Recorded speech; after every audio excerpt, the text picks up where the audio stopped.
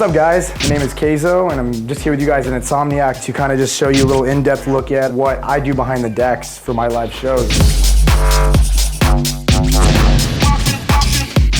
For me personally, when I get up to play sets, I don't traditionally mix into whatever a previous artist is playing music. I like to get on the mic and do an intro. I like to make like large epic bootlegs to kind of get a crowd, you know, set in the mood rather than just hitting and going into the first song. What I'm gonna show you guys is when I get up to the decks, what I see and what I'm looking for. I play on USBs and 2000Xs, CDJs, you know, what you guys see in front of you. So for me, another DJ's playing, what I'll do is, I'll see what channel they're playing on, kind of just get a lowdown of what they're doing.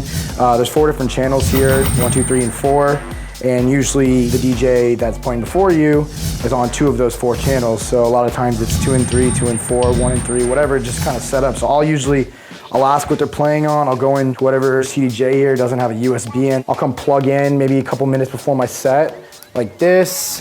I'll hit USB, wait for it to load. It'll go to settings. What I'll do is I'll go to, for me, I have different playlists from Rekordbox for different sets throughout the year. You can see here I got a bunch of different playlists from other cities, other years, different tempos. I'll just go into what I kind of have planned for the future coming up in the next couple months of the types of songs I'm gonna be playing. Once I've got the USB set up and ready to go, I'll get my first track queued up. And for me, that's my intro track, the one that's kind of like that big epic long track. So it's as easy as just hitting play for the first track, obviously. This is a kind of another biggie for me, the crossfader in the middle. I don't use the crossfader while mixing. A lot of DJs now usually using the faders up and down. There's a little setting here that's A through B. Always make sure that the setting is on through if you're going to be DJing without the crossfader, if you're gonna be using the volume faders up. So if I start playing this track here, and if this is on B, and I have the crossfader on A, I lose all sound because it's only playing what's on deck A. So if you're not gonna be mixing through the crossfader, make sure that it's on through. So if you end up touching this and hitting this or anything, you're never gonna lose that track because that's a lot of things. A lot of times some DJs will go up there and they'll expect it to be ready. One hit and the music's off, ruins everything.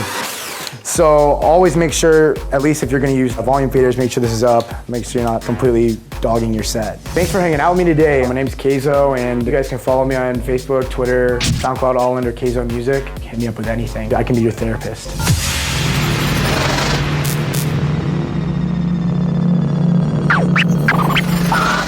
What's up, this is Brazabelle, and today I'm going to be going over a few tips and tricks for DJing. So I mix using the filter effects, and the filter effects are located